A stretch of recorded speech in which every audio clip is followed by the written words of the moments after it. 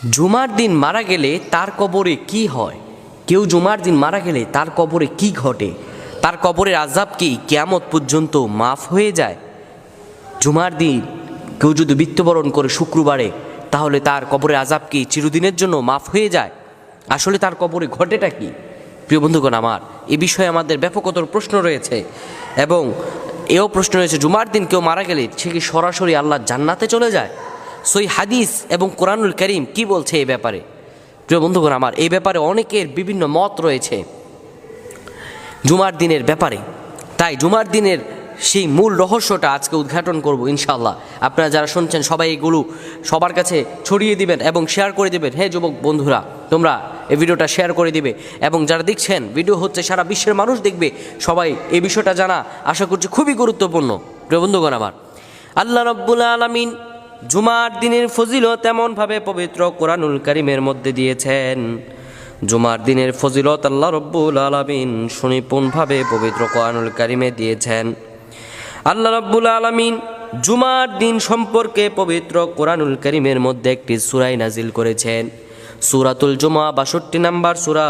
আল্লাহ রাব্বুল আলামিন সেই সূরার মধ্যে জুমার দিনের স্পেশালিটি বলছেন। আল্লাহ বলেন, ইয়া আইয়ুহাল্লাযীনা আমানু ইযা নুদিয়া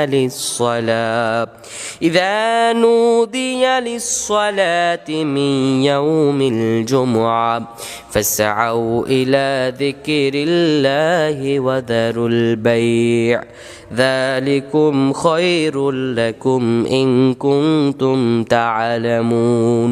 জুমার দিনের রহস্য আল্লাহ রাব্বুল আলামিন স্বয়ং বলেছেন।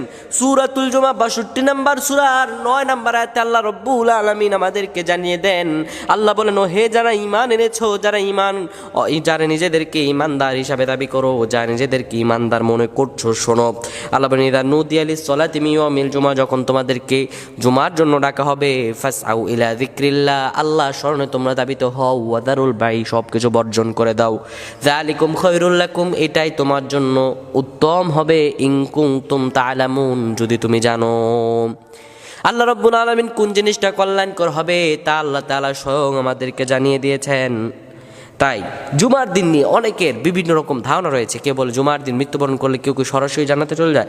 এই ব্যাপারে আসলে সঠিক বর্ণনা কি? এবং জুমার দিন সম্পর্কে রাসূল কারীম সাল্লাল্লাহু আলাইহি ওয়াসাল্লাম বলেন, কেউ যদি জুমার দিন খুব সকালে গোসল করে এবং মসজিদে যাওয়ার জন্য নতুন উত্তম কাপড় পরিধান করে এবং জুমার দিন সকালে কেউ যদি বের হয়ে যায় জুমার নামাজ পড়ার জন্য, যদি রওনা হয়, তার প্রত্যেকটা কদমে, সহিহ হাদিস, তার প্রত্যেকটা কদমে আল্লাহ